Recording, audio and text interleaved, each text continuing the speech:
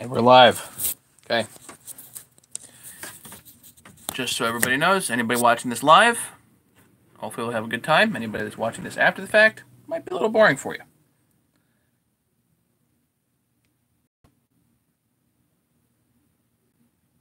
Gonna bring myself up here on the thing. Good. Okay. There's gonna be an echo. Let's get rid of that. Okay.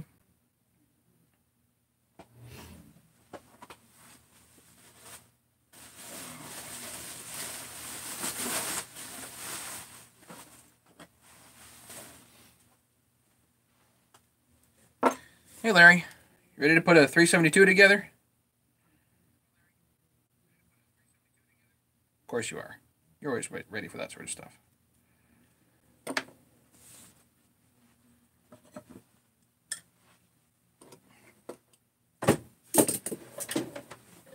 Sure. Good.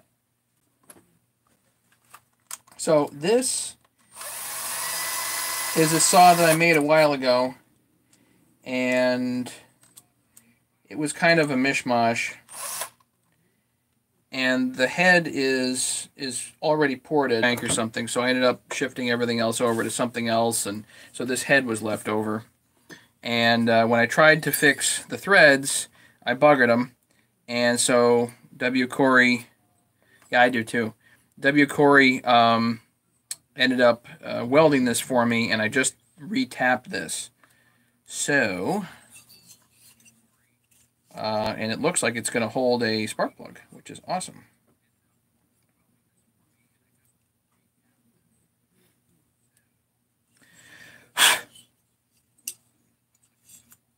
Actually, I'm not even going to use any sealer on this tonight. Just don't feel like it. What I will do, put a little bit of blue Loctite here on this screw.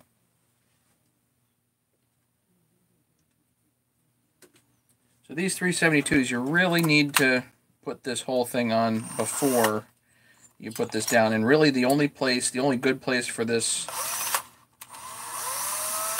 is the least likely you'd expect, and that's underneath here.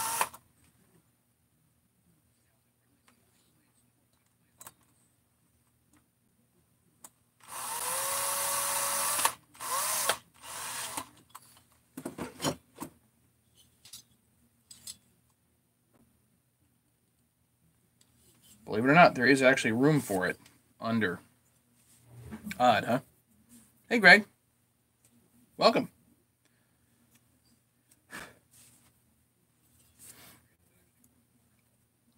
So this saw is actually a base gasket delete. I'm pretty sure, if I remember right. We're going to go for it and see what happens.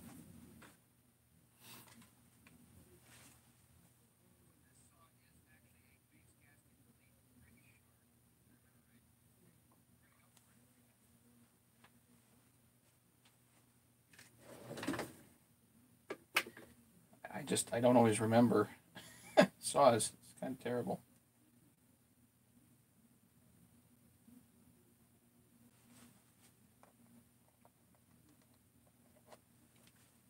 Just some red Loctite here. This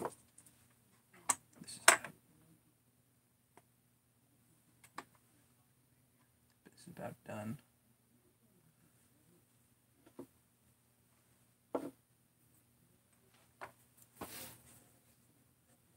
So this has all been cleaned and degreased. That was cleaned and degreased. Yeah, this is a ported head. This head has been significantly worked over, and this is the 5.14 factory big bore, the XPW top end, which isn't my preference, by the way.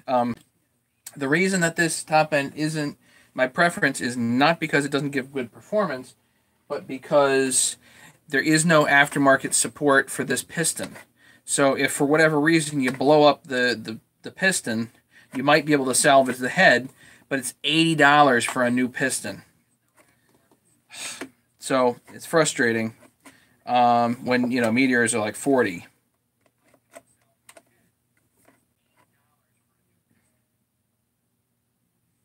Okay, so I cleaned that up, cleaned this up. Let's get the 1184 out and start going to town here.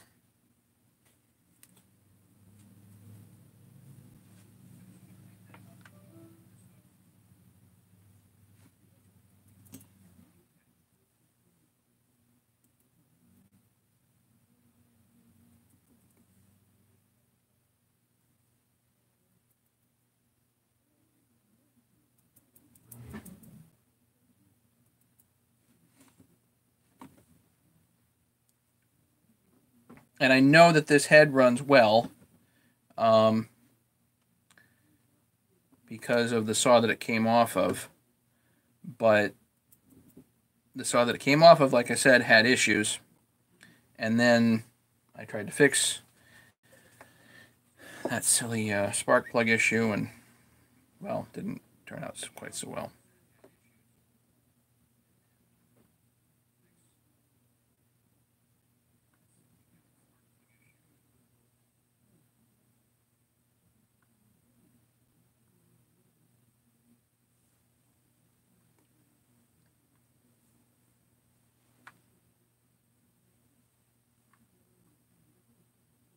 Really need just a nice thin coating over the bare metal. You don't really need that much.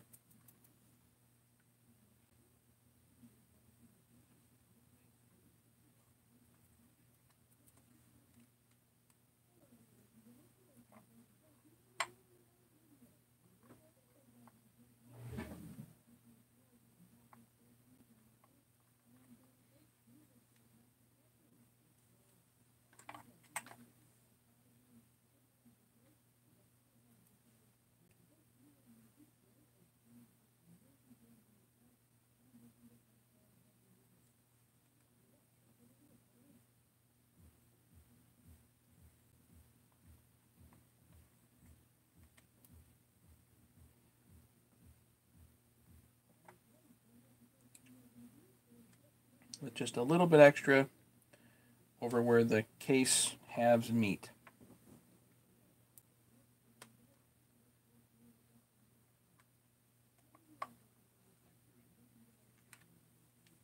All right, let that tack for just a minute.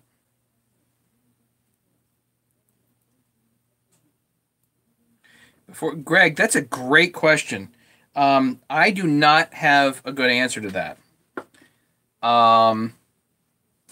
I love it. I'm pretty sure the cure time of Loctite 518 is like 24 hours. But the 1184, I usually crank darn close to immediately. And it still sticks just fine.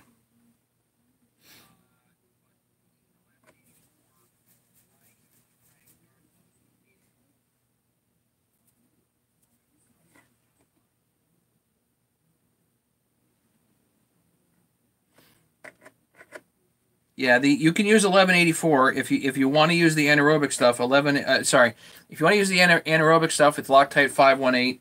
This is not anaerobic, so you do have to be careful that this doesn't go into places that you don't want it, because it will go and set there. Kind of a problem, you know.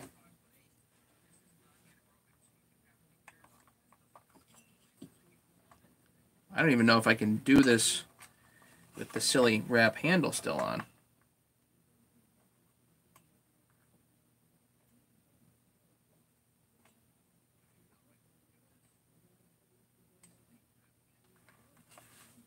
This also only has a single ring, because apparently the lower ring, at least I haven't even, the lower ring end goes into the intake port. So for some odd reason, the big bore head has the ring end gap. There's one on center, the top one's on center, and the other one's off to the side. Instead of separating them here and here, like sort of in the middle or way off center or whatever, they put them one in the center, one off to the side. I don't know why they do that. That doesn't make any sense to me, but it is the way that they do it. DCA Woodworks. Ken is here. I've used it before. This is an OEM. This is an OEM big bore, so 51.4. Okay, I already checked the circlips. I know that the clips are good. You can move this down into your bottom dead center position if you want. Now, and I cannot find my 4mm long Allen, and it's driving me berserk.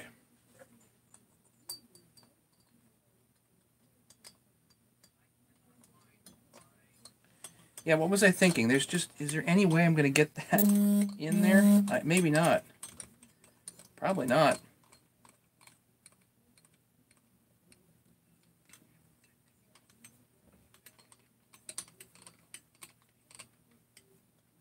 Well, this isn't even necessarily somebody saw. I'm building this. Well, it wasn't really even for me, but I'm just building this. So if somebody wants it, we can talk.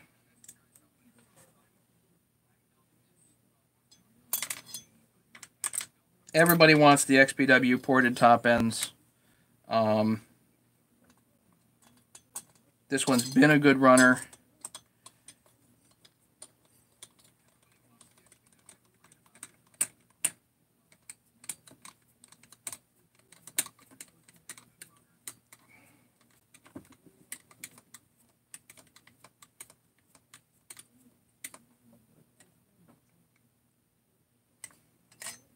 Not put this down tight initially.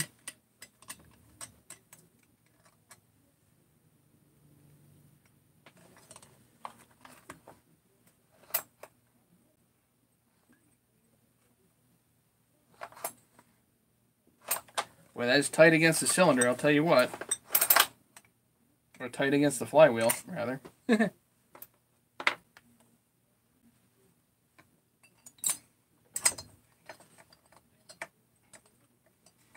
Yeah, DCA, in case you don't know, I don't typically do run videos for any number of reasons.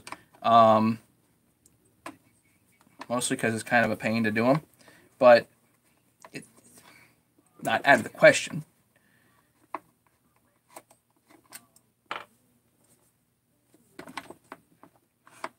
Is this an actual XPW or is it just the top end?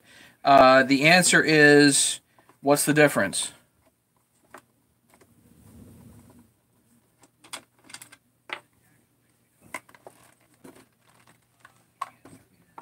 Tell me what's the difference. Hey, Nikki.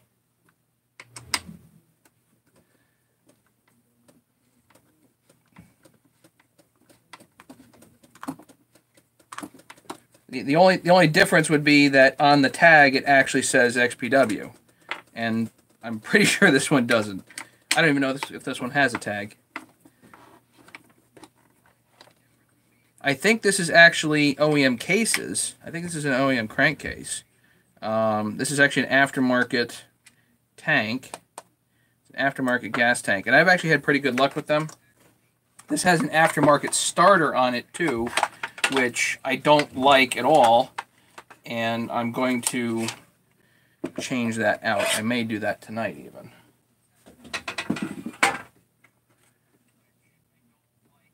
You've been told there are differences. There are no differences.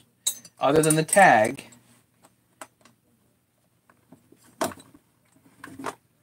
Yeah, other than the tag, there are no differences. Other than the head itself. The head, the crank is the same, the bearings are the same. You know, what else is there that would matter? The clutch, everything, it's all the same. Carburetor, same. Flywheel, same.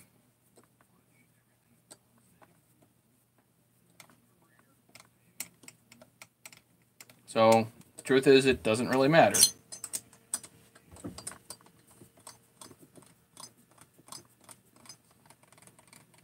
As long as it's an XPW top end, it is an XPW.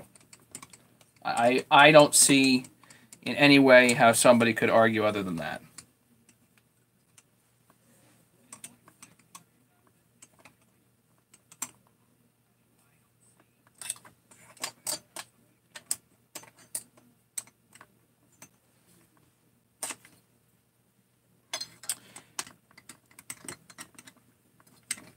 No, that's G.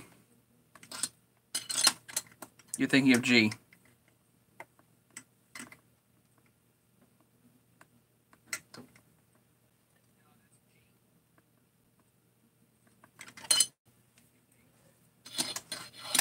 Larry and I got it at the same time.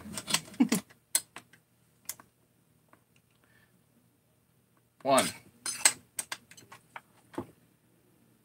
2, 3,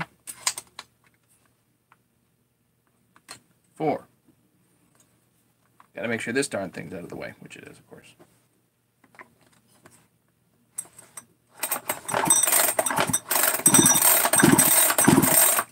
Very nice.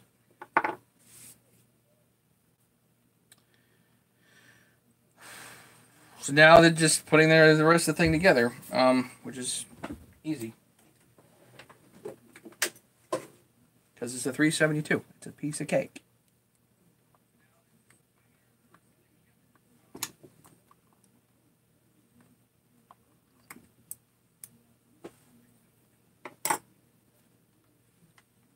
Yeah, Ken, this one's easy. There's really, you know, you get the head. Let's double check the head just to do that. But 1, and they're in with red Loctite and 1184. 2, 3, 4. Put this thing on.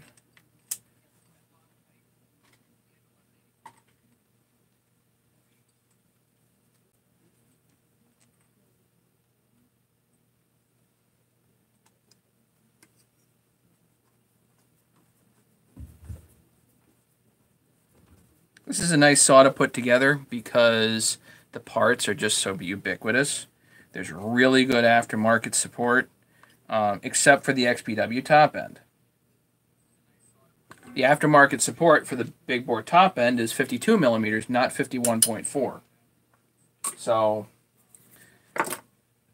whatever.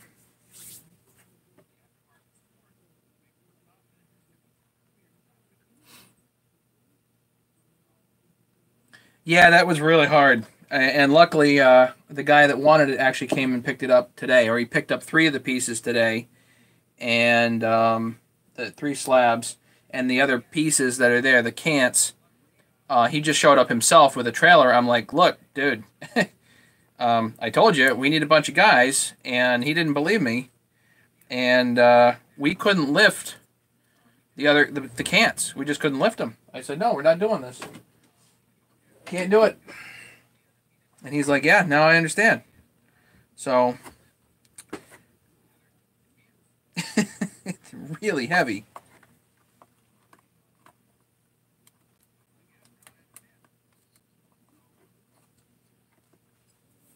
I don't think he really understood what he was asking when he said that he wanted this done. He just wanted it done. Okay.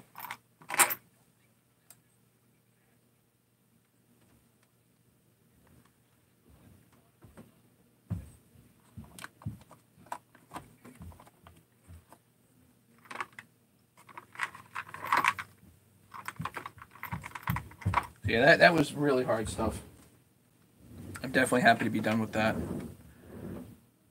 What we may, the only thing I'm not quote unquote done with is I may have to put the cants on the sawmill on my and mill a chunk off of them just so we can lift them onto the trailer or whatever.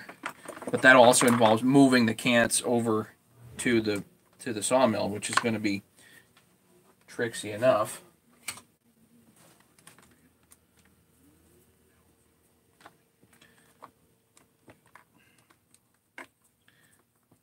So in case anybody's wondering what I'm doing, I'm just putting the carburetor on.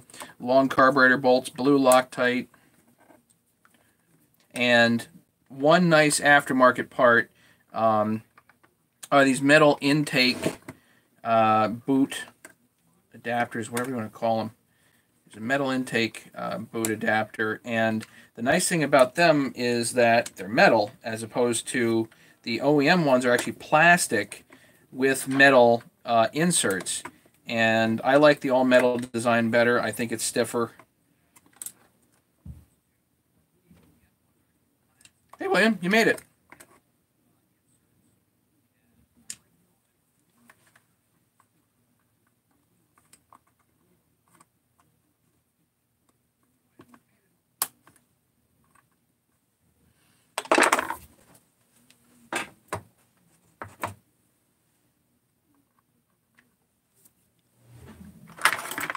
I like a little grease on the lines, so I have some hope of getting them off later, in case I need to.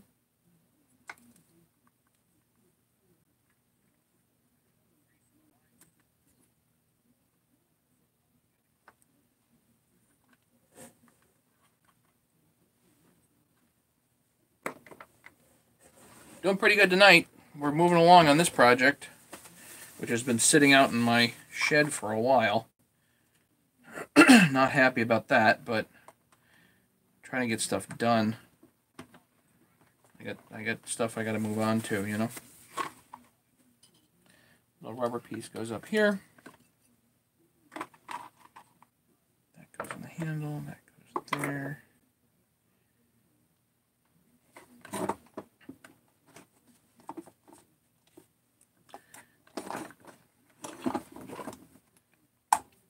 Let's change out this cover. I just can't deal. Cannot deal.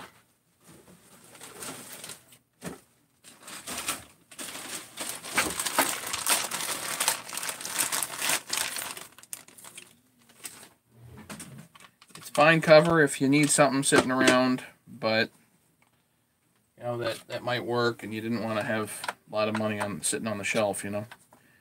But I am unsure that the compression in this saw is going to be compatible with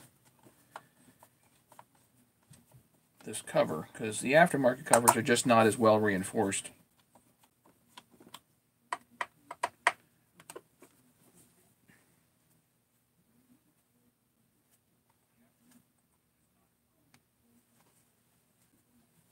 They don't put as much glass fiber into this as the OEM parts. So you need a little more glass fiber for reinforcement, that's all.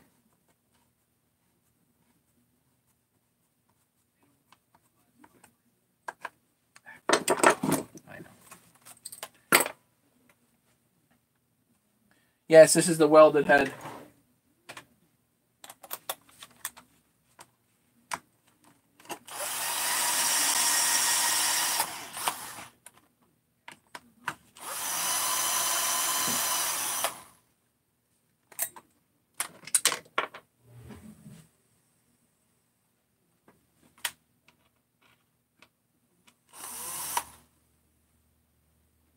It's not a bad part to keep around, you know, in case you need a starter, but,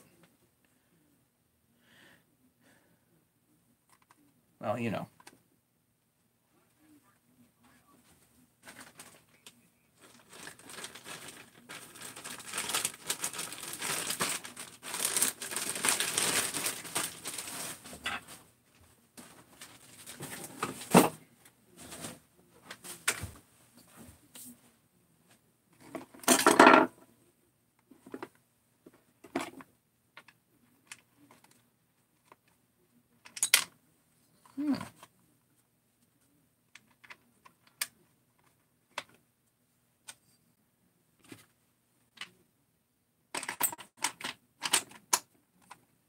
There, that looks better.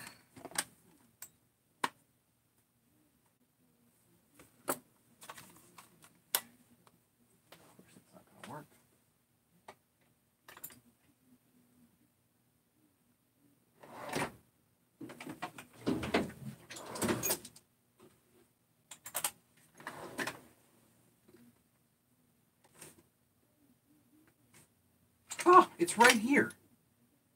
Well, that was going to frustrate me. It's in there, camouflaged. Found it. Okay.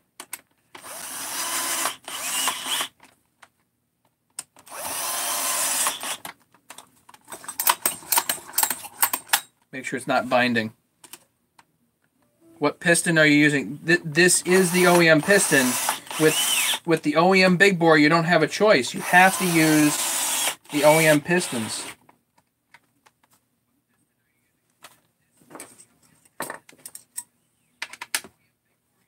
But there's only, it's just the top ring that's on there, not the bottom ring.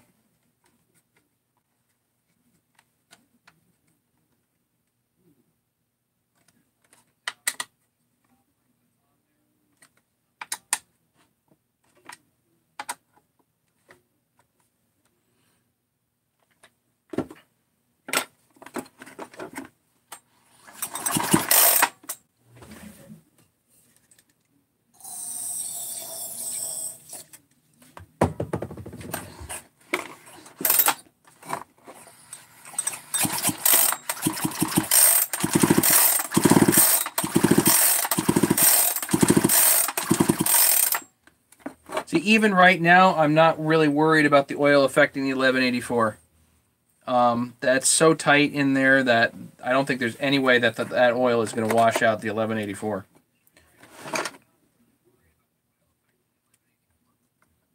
If it's Loctite 518, yeah, it's a different story.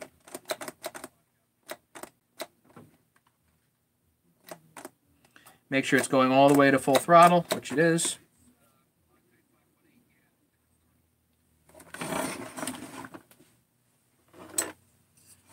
And yes, I happen to be using steel fasteners on here, so shoot me. Not everywhere on here, just some spots.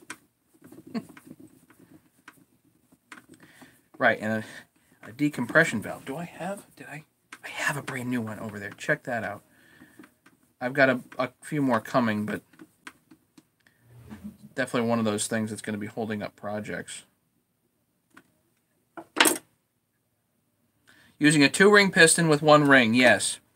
So this is an XPW. This is the XPW top end, which does make. We just had this discussion, which does, at least in my mind, make this an XPW. Yes, because the XPW top end is the only difference from a regular XP. You go from 50 to 51.4 millimeter bore. That's it.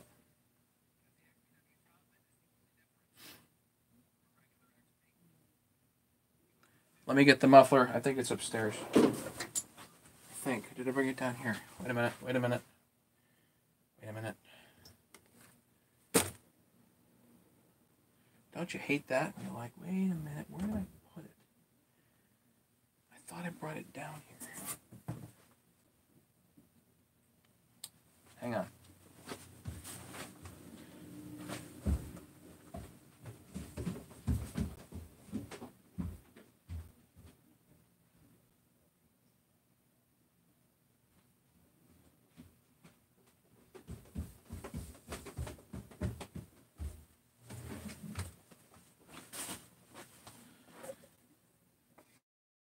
Here's the muffler.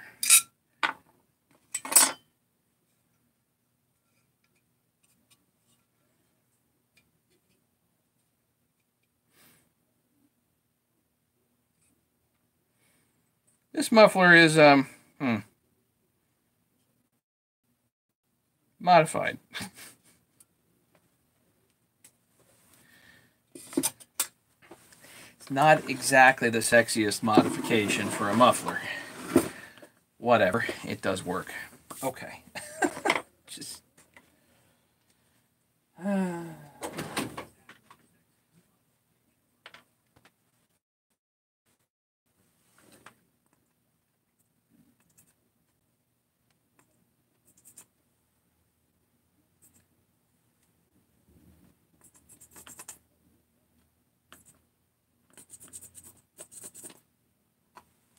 good.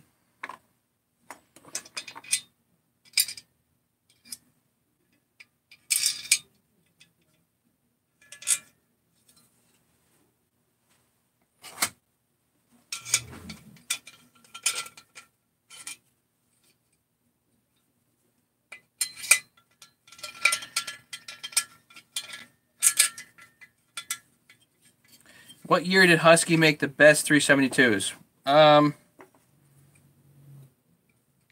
Very interesting question. I don't know. Is it bad that I don't know the answer to that question?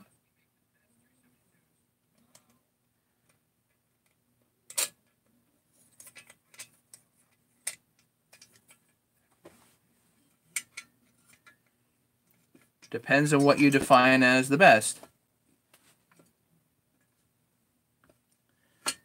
I like the original edition. I'm not a huge fan of the X-Torques.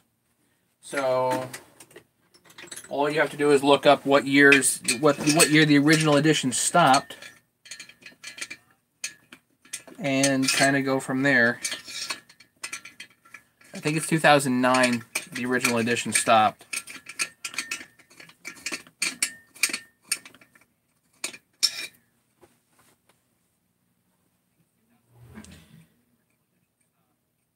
Matt, is it possible to summarize how incorrect fuel metering can upset the running and tuning of otherwise maintained saw? Yeah. I guess. I'm not great with carb stuff. There are some people that are real like carburetor experts, and that's not me.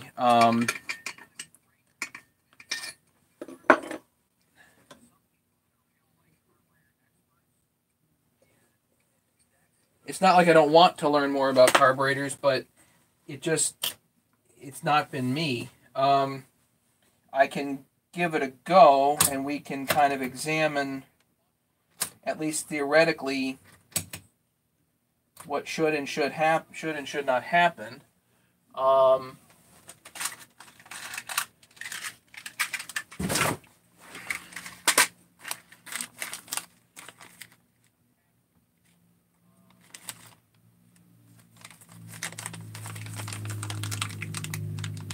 I do like these aftermarket steel fasteners for dumb stuff like this.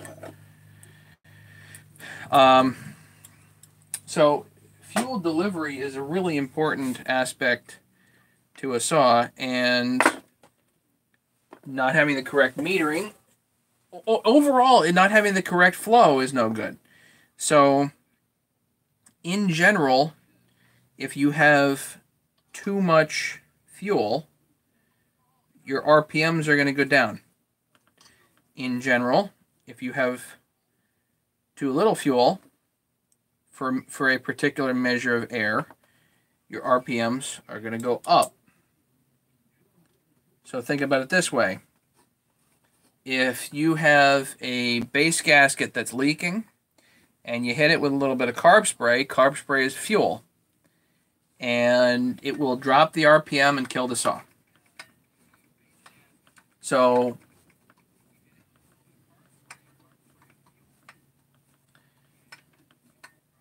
most often carburetors, I think, trouble with carburetors causes leanness. You're just not delivering fuel one way or another.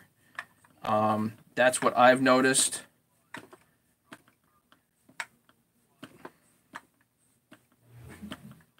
And I kind of start there. And it also, with carburetors, it depends on how much time you have to fiddle.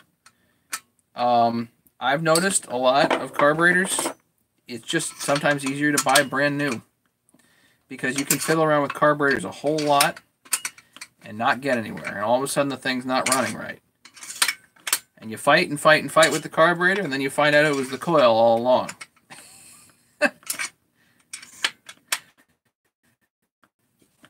I've done that. I've 2 or 3 coils sometimes, and then, oh, no, that was it. There's one.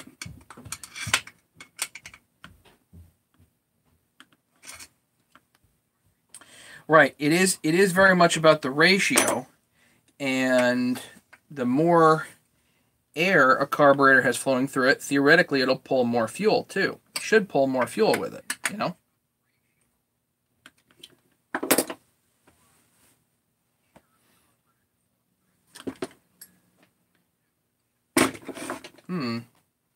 I seem to be missing a chain catcher, so let's get a chain catcher.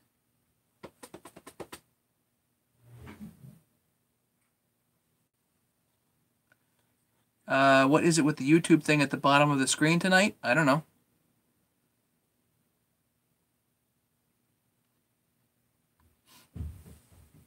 Thanks, TD.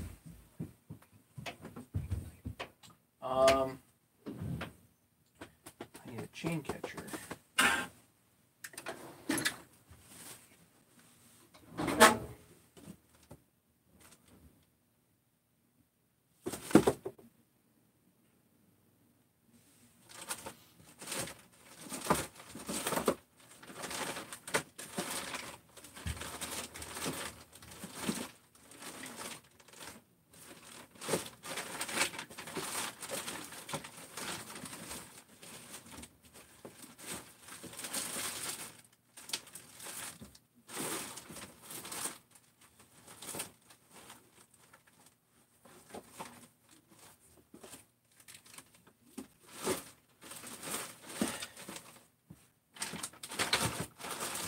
I know I've got them.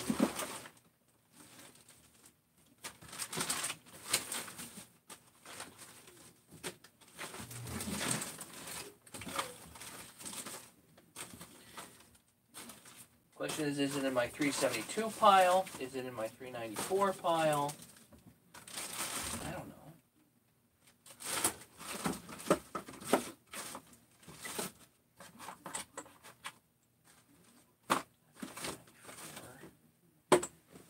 Nope. Not in that pile.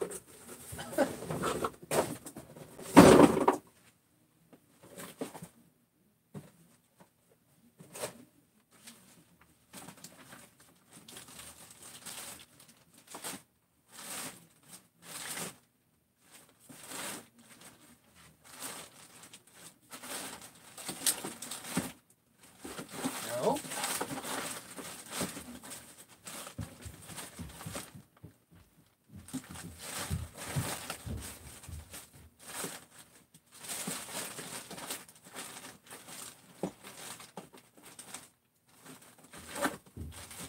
Don't worry, I'll find it in one of these piles.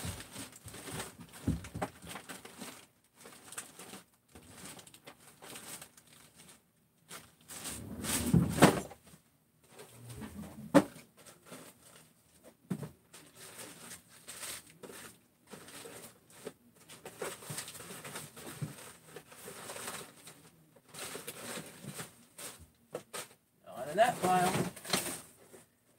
Not in that pile.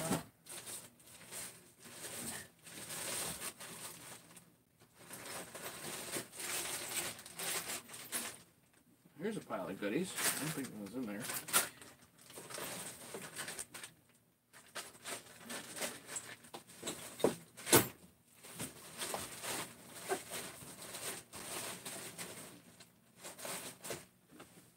Okay.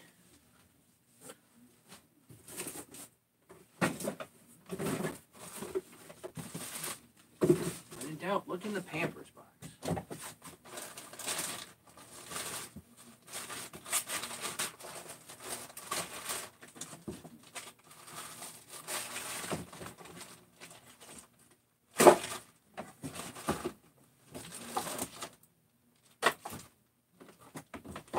I know I have them.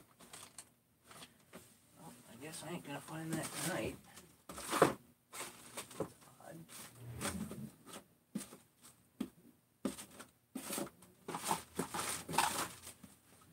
That is odd. Okay. Guess I'll give up on that. A little more chain catchers.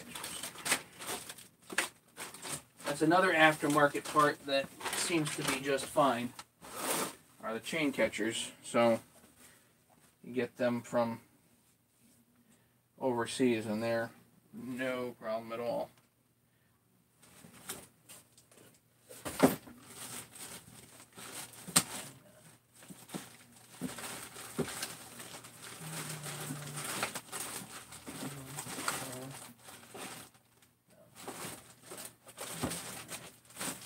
Whatever. I won't worry about that then.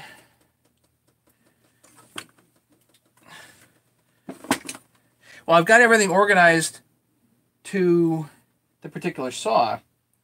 But if it can go on multiple saws, then where do you look, you know? So, I don't know. Okay, that's good. Let's do, what next? The cover. This has been sitting in my shop for a while. This cover.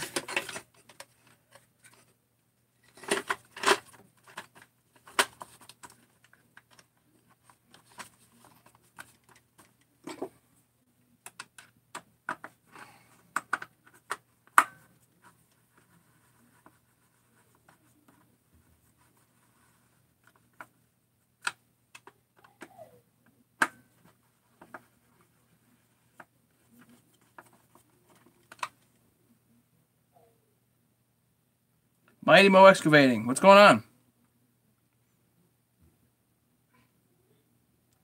Wait a minute. Okay, we got all kinds of comments here. Let me try to go back here.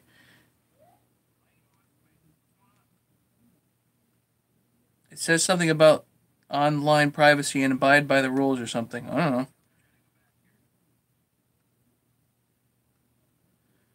Larry, I have organization. It's all organized by saw. It just... I know I've got chain catchers. It's a matter of finding them.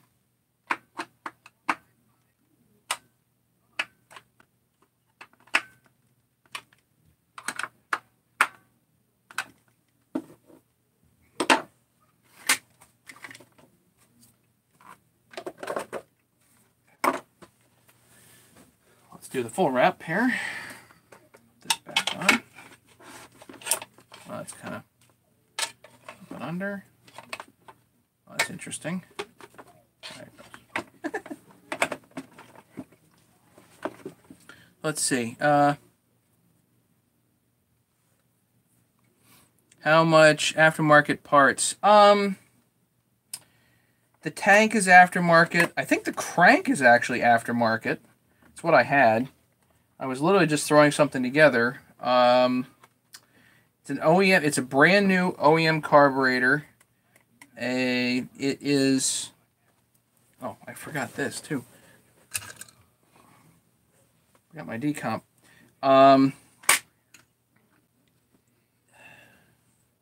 It's an OEM top end. What else? Think about it.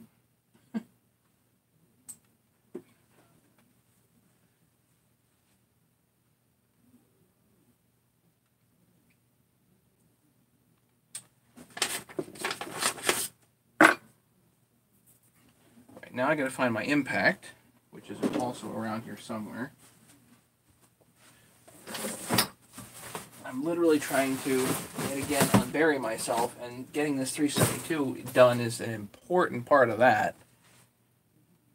Oh, right, it was, the impact was with my stuff here. Did I leave that? Oh, that's upstairs.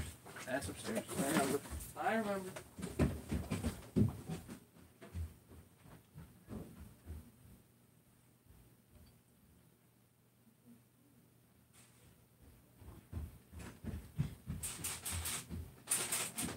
Here we go. The reason I need the impact is because it's got the 13 millimeter on it. Not because I need the impact.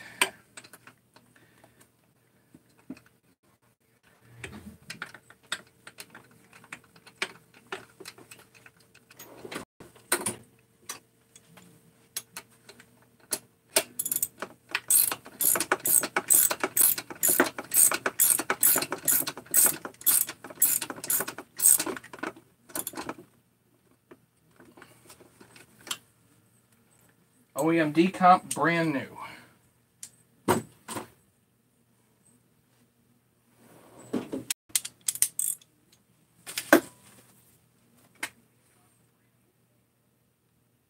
Yeah, Steve, Small Engine Saloon, or I like M. Weba's tutorial on carburetors. It's why I really haven't done one, because that's already been done, you know. And Weeba did a nice job on it. And for me to go over it is just kind of silly when somebody's already done a nice job, my opinion. Mighty Mo Excavating. The orthodontist organizer. Yeah, oh God. There's a way to tell the coil's good or not? I've never found a great way to tell whether a coil is good or not.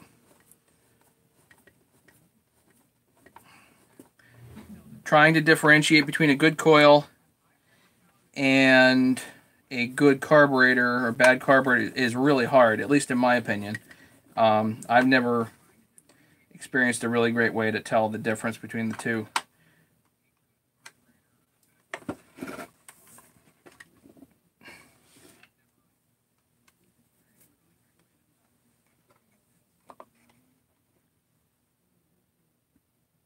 What happens after you have children? It's so worth it. Need a full wrap for my $3.95. Is Bailey's still running the special?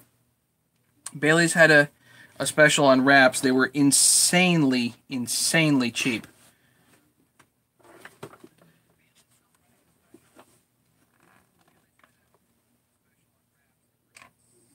And I mean insanely cheap. I think it was like $30 for a wrap.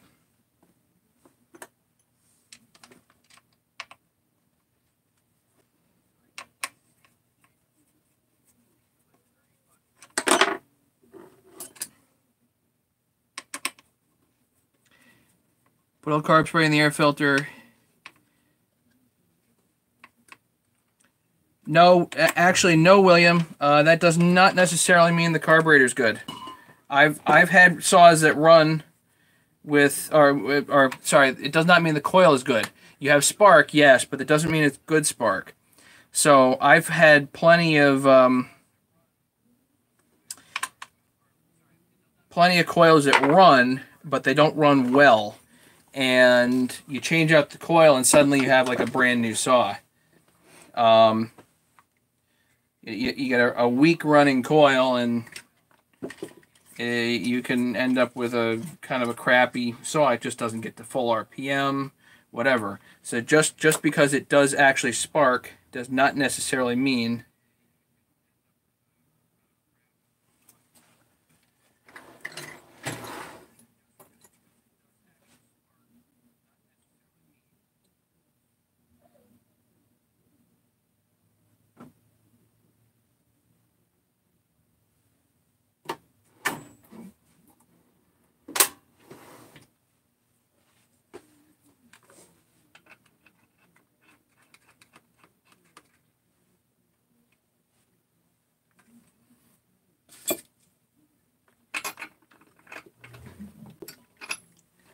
I'm just going to pull this over. I just want to make sure that the spark plug isn't hitting the piston. Cadbury. Wheelie bins put out. Time for some Matty-O time. Howdy. Usually wake up at 3 a.m. where put something. Yes. Yes. Or put a little carburetor spray. Okay, we went over that. Matt is a busy boy, yes. Well, your old timers hide your own Easter eggs. Yep. That's funny. Okay.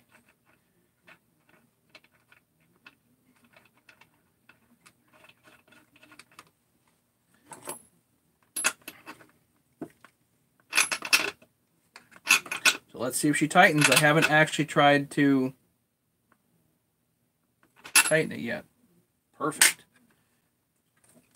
I always make sure that the end of the plug here isn't loose, because this piece does unscrew. So make sure that's pretty tight.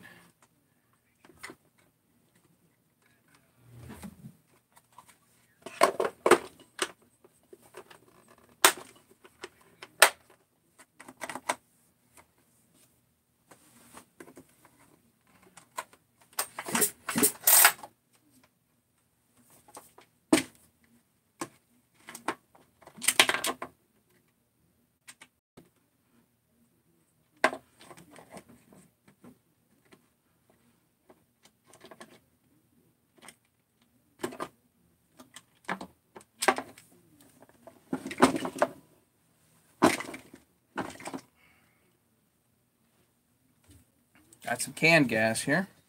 I'll see if she fires.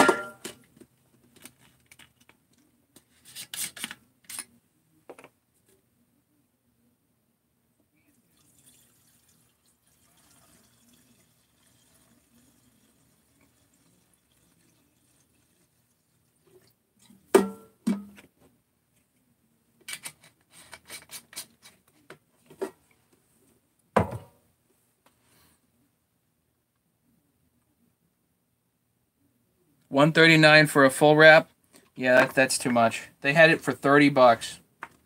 There somewhere there it was for $30.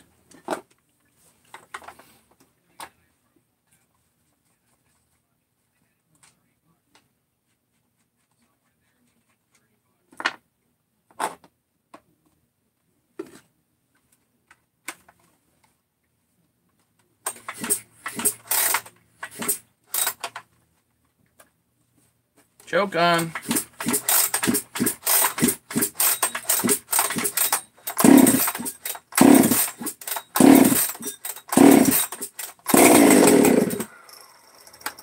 She fires.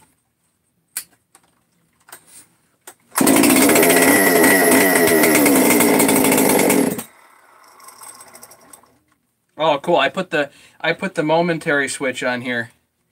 So you just hit it and it's always ready to go. Yeah, big dogs.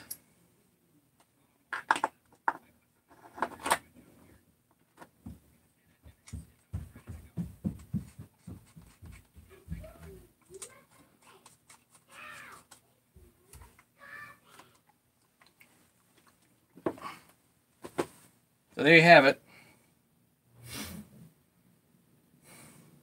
So Ken, that's one heat cycle. Yeah, M. Weeba. Thank you, Ken. So this is going to be, this is pretty hot saw. I think this is going to run really good.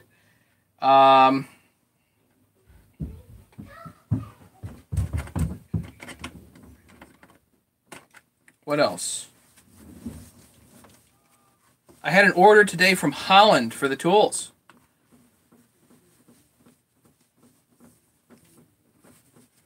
So I got to pack up some tools. Let's do that.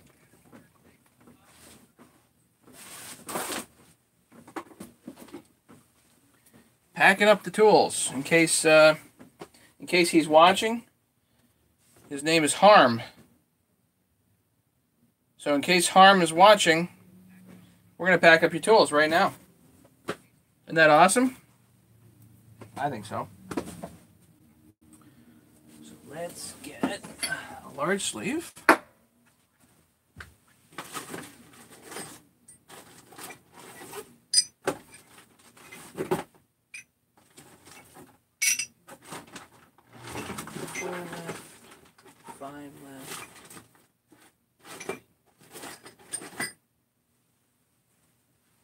And I'm getting low on kits. Low. I got four. I have 4 kits left.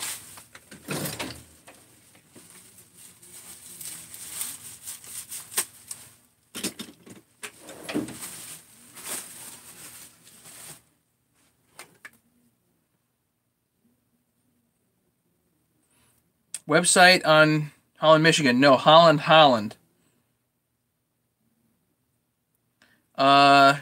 Website good on carburetors. I don't have a particular preference for a site for buying carburetors.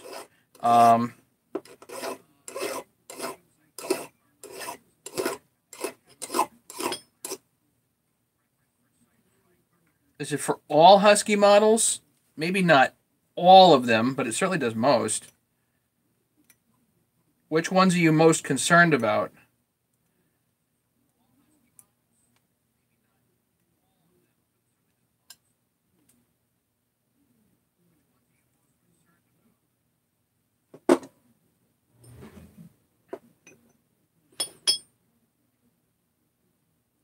Low on kits equals revenue.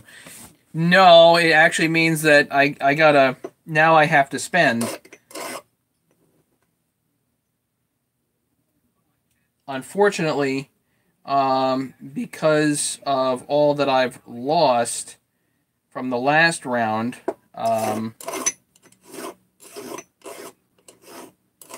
Not sure. Certainly not feeling like I'm in the money.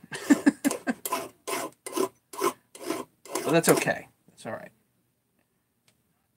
Things happen. They just do.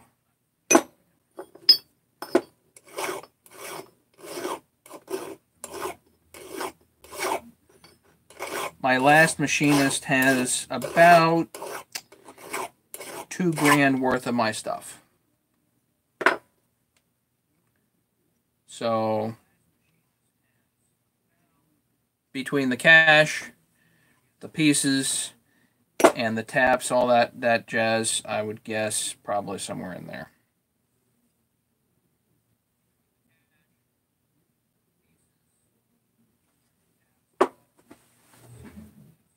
Yeah, no word from Ohio.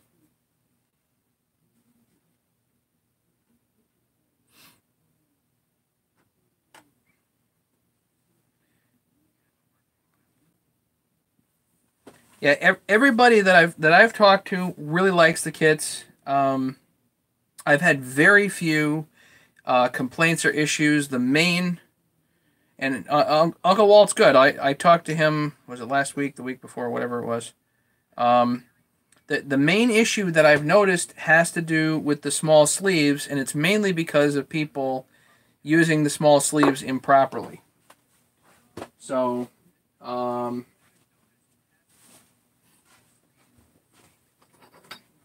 have to tell people to go back and actually watch my videos, you know? Really? Can I do that? Yep.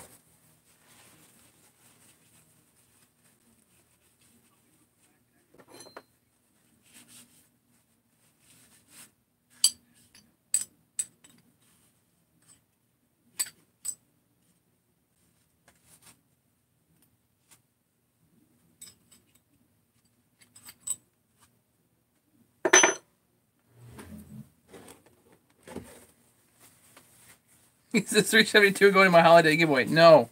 I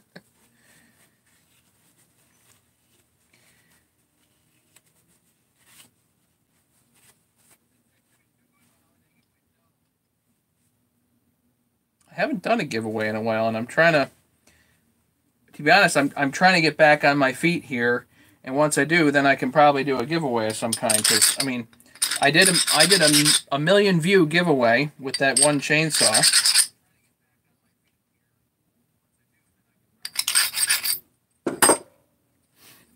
But I haven't done one otherwise, which obviously is not good.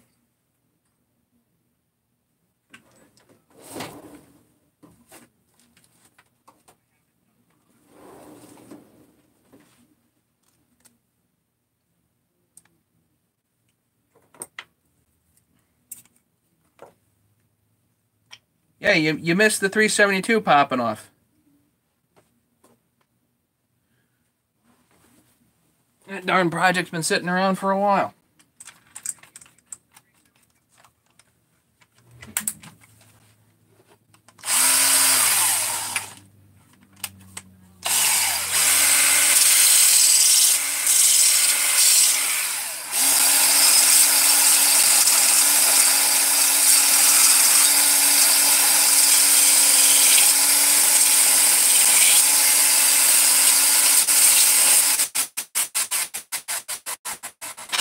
I'm just putting a guy in Holland here. Well, Tim, I haven't gotten really a chance to run it, but I did pop it.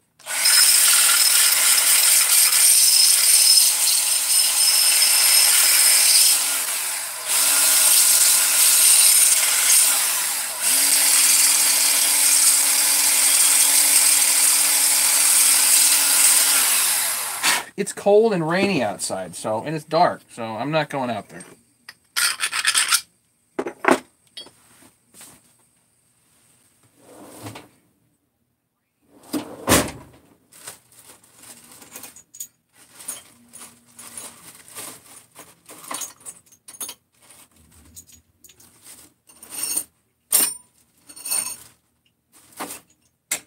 Yeah, the main issue I've had with the kits, or with people having with the kits has to do with the small sleeve. So again, very simple, two very basic principles.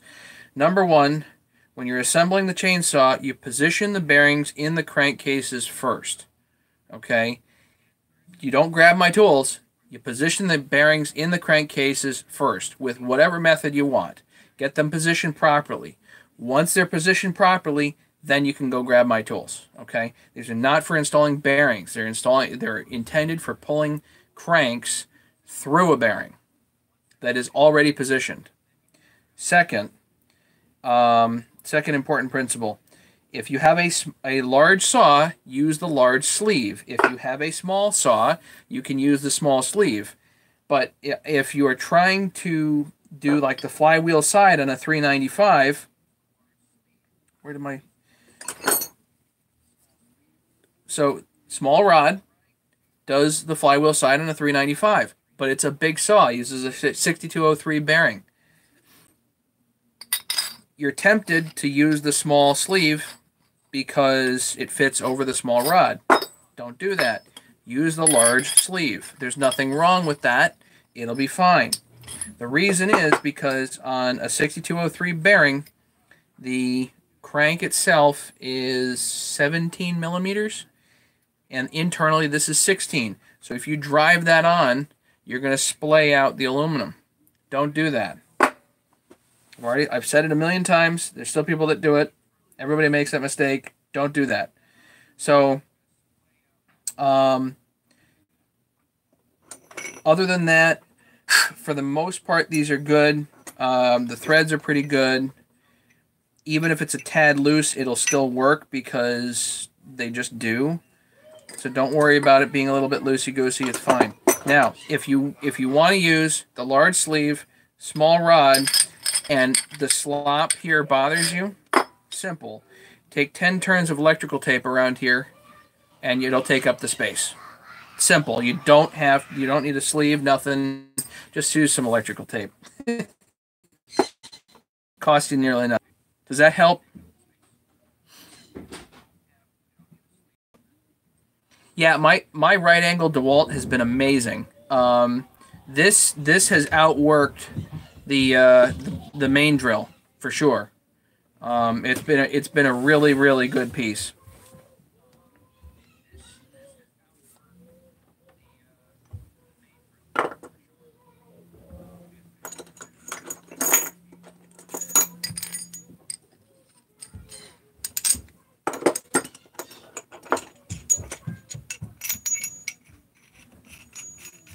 So if you want to use grease on here, you can. It's up to you. Just before you try these for the first time, make sure they're clean. I'm trying to get these basically out the door as fast as I can to people.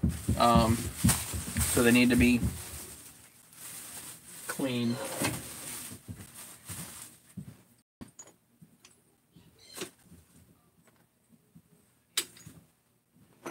So these are going across the pond to Holland to a guy named Harm. Harm, hope you enjoy your kit. Here it is, getting packed up.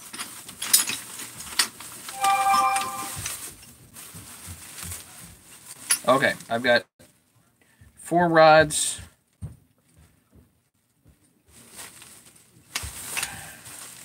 Two sleeves. Good.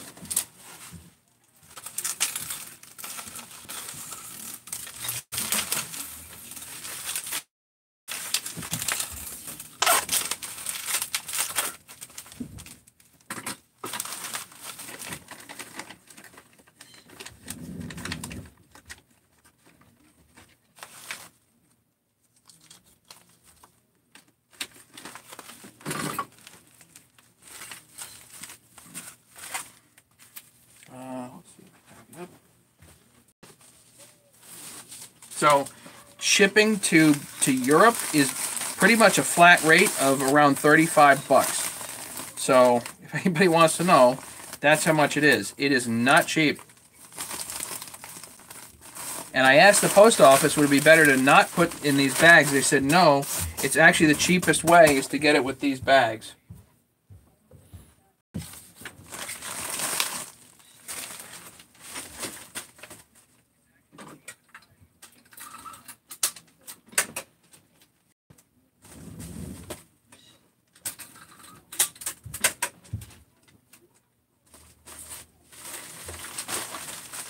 So just so people know, Harms Kit, which does most of the Huskies and most of the relevant steels, that's $170 shipped, but to Holland is an extra $35. So whatever. So it was $205 for the kit. If anybody's interested, they can email me. I'll put my email in here. Tim, I did put a sticker in. Thank you for reminding me.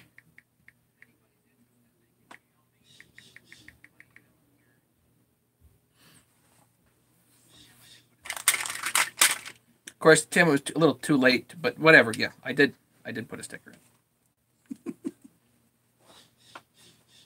Which reminds me, I probably need to order more there. Time to watch the Pats lose. Wait a minute. Are they losing?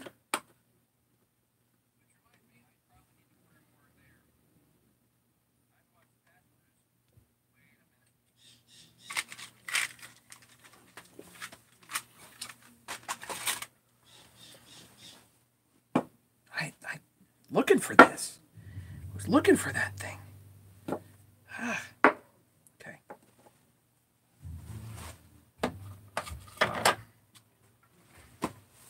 So until I get more parts, I think that's going to be it for the night. I'm waiting. I'm definitely waiting on parts for the 200T. So we're going to work on that hopefully pretty soon this week, and then also hopefully I'll get parts shipped out for these 394s and get everything there together. But I didn't. Okay, I have 2 air conductors. I was worried about that. Obviously, I need chain catchers, you know. I don't know why the devil.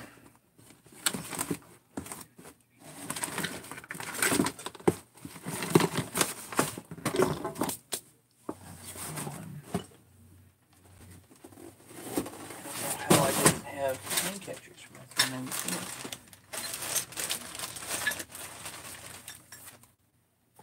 How is that possible?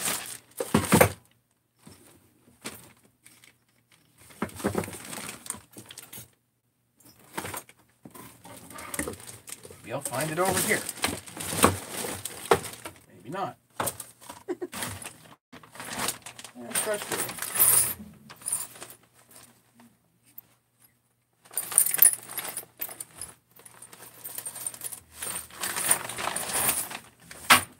I did find it over here. Here's a chain catcher that I would use on the 394, but I don't have to. I'm going to put that on 372.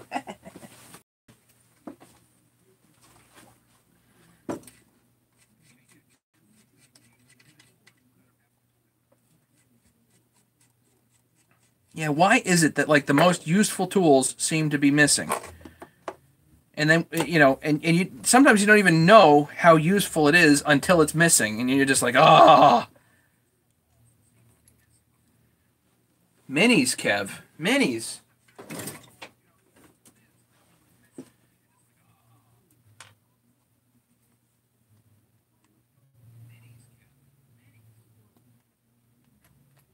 Those are supposed to find their way into the garbage bin, aren't they?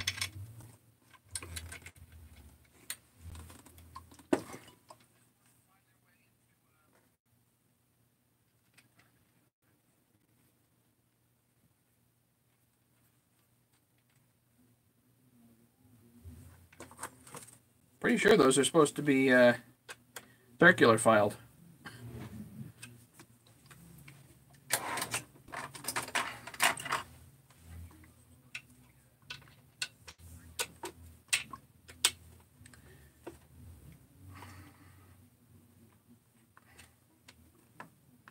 So these Chinese chain catchers are really where they're at. I mean, they're really inexpensive and they work fine.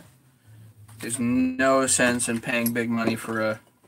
If you're doing the rolly catchers anyway, I mean, why would you want something other than that? You don't have to pay $8 a piece for them.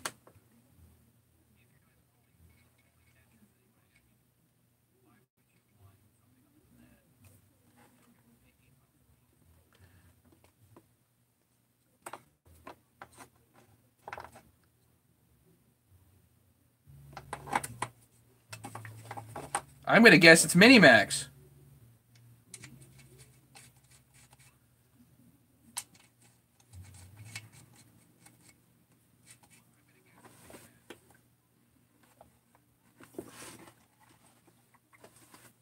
Chain catcher is on. Good.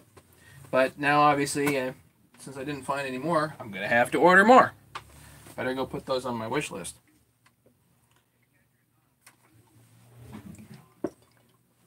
So let's put it like this. If anybody wants this saw, they can let me know, and we can do a deal.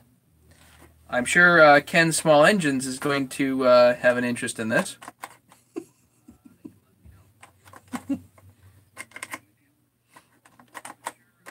But he probably already left.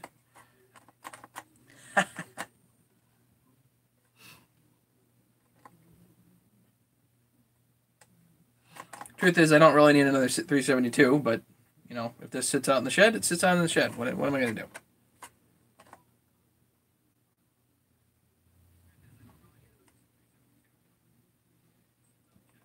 do? 19. It just went up again.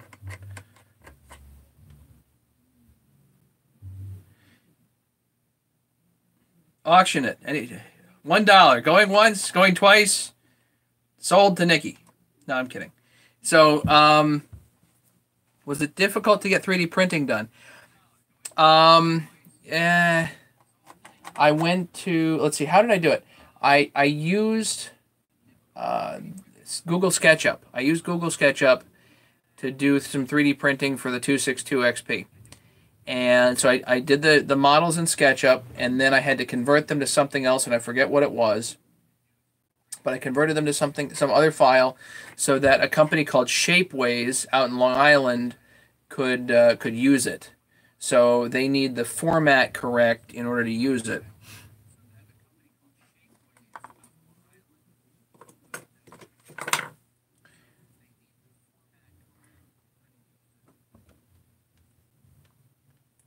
And the thing was that it wasn't cheap to have them do it. So each 3D print is like a minimum of $7 or $8, and quantity doesn't help.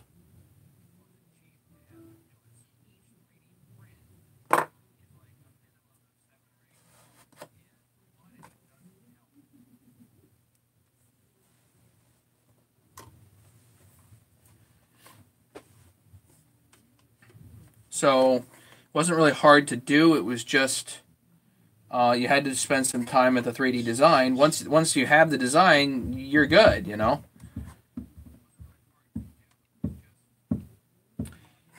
Can they scan a physical part? I don't know. I would love it if they could. In fact, what I would really like, what I would love dearly, is if they could actually 3D print a Husky 350 chassis from a single piece. Because once you have that, you can also modify it so that you can add the 357 XP or 359 top end to it. So you can put a 60cc saw and a 50cc chassis pretty easy. That's an idea that I had a long time ago. But yeah, it would be an ambitious thing. Because you need a 3D printer that can print the size of a chicken. You know, you need something that can print a bulky thing, but you also need a scanner that's good and all that stuff. Wouldn't that be cool, though? That's an idea that I've had for a while and just never gotten around to it.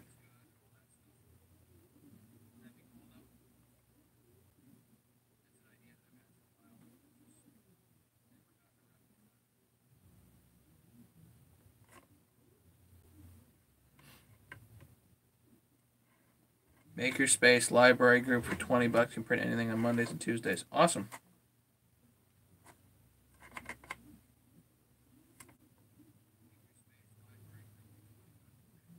Yeah, there's the older saws. There's no question that 3D printing is the ticket. I talked to Nick Stokel a while ago. I hope that's pronouncing his name right.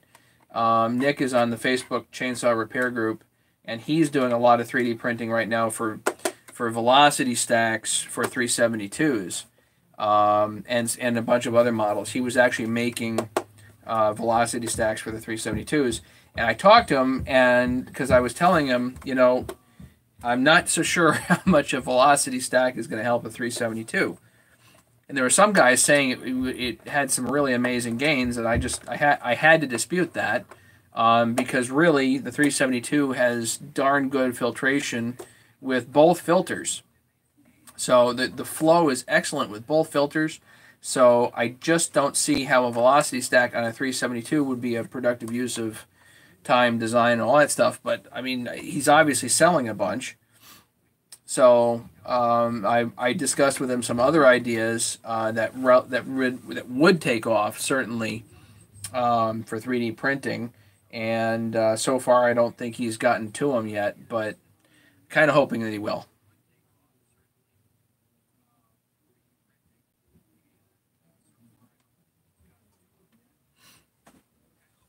Nikki, you mean NLA, of course. The high idle arm from Walbro Carb. Yep.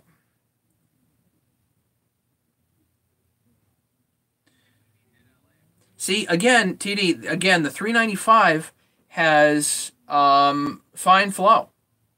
Through that high filter, the flow is fine. There's really, I just can't see necessarily needing to have better flow unless you had a just completely done up, ported everything, raised, stroked, and God knows what else. So I'm just not seeing the overall value in it, but it does look cool. I mean, some guys love it and whatever.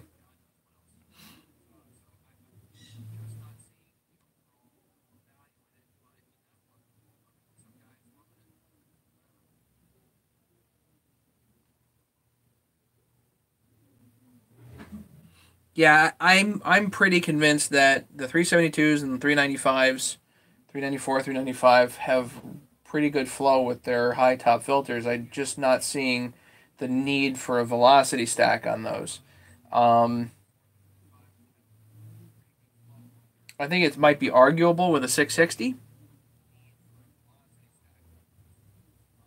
but again, they already have max flow filters, and so there's all kinds of other places that would be awesome to put 3D printing towards, and 262 parts would be one, and there's a bunch of other ideas that I have, and I hope he eventually does get to them. So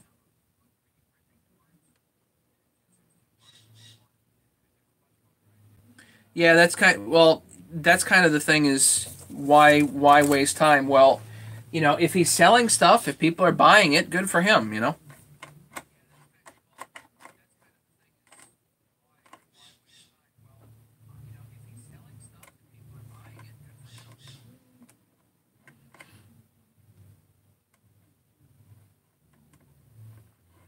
And once you have the design in the computer, you just hit a button and it goes. So it's just a matter of spending the time to have all the designs that you might need, and certainly chainsaws are nearly unlimited as far as the stuff that you could, especially like for the old McCullochs and whatever else. For a purchaser, well, you buy what you can afford, or in this country, you buy everything, whether you can afford it or not.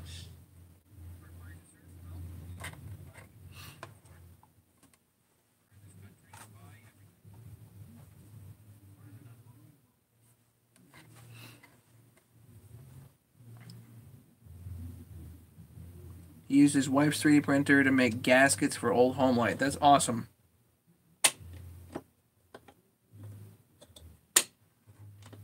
Yeah, I think we're going to see all kinds of cool stuff from 3D printing. Um, and I think that at least in one sense, it's going to be kind of a race to whoever has really good production of those parts and can start producing designs, because once you have the design, anybody can print it. But for right now, 3D printing is just not as ubiquitous as you might think, and there are people that just want to buy parts.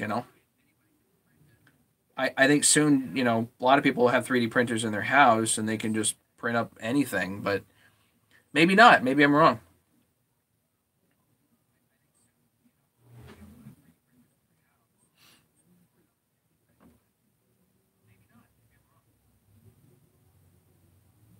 If you're looking for a Big Mac to hot rod, this is the wrong spot. I wish you best of luck in your search for a Big Mac to fiddle with. Personally, I've run some of the biggest saws available. I've run plenty of Lee's big saws, including the big Dolmar 166s, and they're fun. But I still like my 394s.